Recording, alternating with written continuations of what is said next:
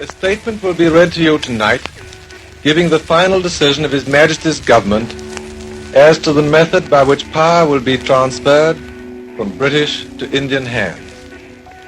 But before this happens, I want to give a personal message to the people of India, as well as a short account of the discussions which I have held with the leaders of the political parties and which have led up to the advice I tendered to His Majesty's government during my recent visit to London. Since my arrival in India at the end of March, I have spent almost every day in consultation with as many of the leaders and representatives of as many communities and interests as possible. I wish to say how grateful I am for all the information and helpful advice they have given me. Nothing I have seen or heard in the past few weeks has shaken my firm opinion that with a reasonable measure of goodwill between the communities, a unified India would be by far the best solution of the problem. For more than 100 years, 400 millions of you have lived together, and this country has been administered as a single entity. This has resulted in unified communications, defense, postal services, and currency, an absence of tariffs and customs barriers, and the basis for an integrated political economy. My great hope was that communal differences would not destroy all this.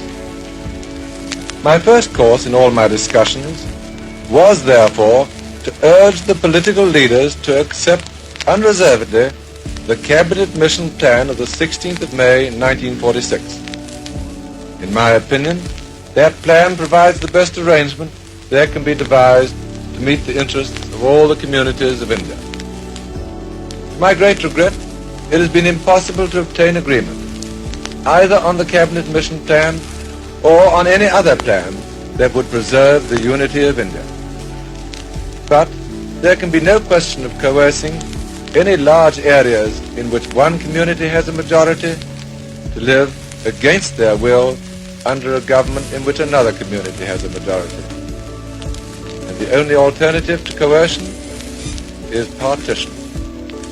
But when the Muslim League demanded the partition of India, Congress used the same arguments for demanding, in that event, the partition of certain provinces. To my mind, this argument is unassailable. In fact, neither side proved willing to leave a substantial area in which their community have a majority under the government of the other. I am, of course, just as much opposed to the partition of provinces as I am to the partition of India herself, and for the same basic reasons. For just as I feel there is an Indian consciousness which should transcend communal differences, so I feel there is a Punjabi and Bengali consciousness which has evoked a loyalty to their province. And so I felt it was essential that the people of India themselves should decide this question of partition. The procedure for enabling them to decide for themselves whether they want the British to hand over power to one or two governments is set out in the statement which will be read to you. But there are one or two points on which I should like to add a note of explanation. It was necessary, in order to ascertain the will of the people of the Punjab, Bengal, and part of Assam, to lay down boundaries between the Muslim majority areas and the remaining areas. But I want to make it clear that the ultimate boundaries will be settled by a boundary commission and will almost certainly not be identical with those which have been provisionally adopted. We have given careful consideration to the position of the Sikhs. This valiant community forms about an eighth of the population of the Punjab, but they are so distributed that any partition of this province will inevitably divide them. All of us who have the good of the Sikh community at heart are very sorry to think that the partition of the Punjab, which they themselves desire, cannot avoid splitting them to a greater or lesser extent. The exact degree of the split will be left to the Boundary Commission on which they will of course be represented. The whole plan may not be perfect, but like all plans, its success will depend on the spirit of goodwill with which it is carried out. I've always felt that once it was decided in what way to transfer power, the transfer should take place at the earliest possible moment. But the dilemma was that if we waited until a constitutional setup for all India was agreed, we should have to wait a long time, particularly if partition were decided on. Whereas, if we handed over power before the constituent assemblies had finished their work, we should leave the country without a constitution. The solution to this dilemma, which I put forward, is that His Majesty's government should transfer power now to one or two governments of British India, each having dominion status, as soon as the necessary arrangements can be made. This, I hope, will be within the next few months. I am glad to announce that His Majesty's government have accepted this proposal and are already having legislation prepared for introduction in Parliament this session. As a result of these decisions, the special function of the India Office will no longer have to be carried out, and some other machinery will be set up to conduct future relations between His Majesty's government and India.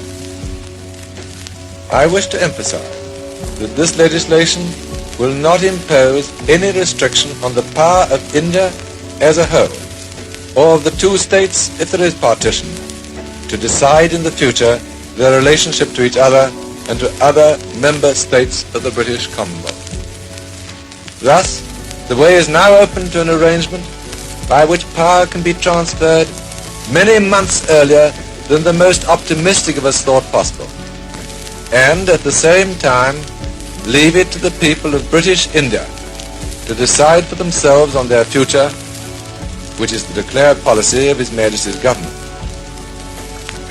I have made no mention of the Indian states, since the new decisions of His Majesty's government are concerned with the transfer of power in British India.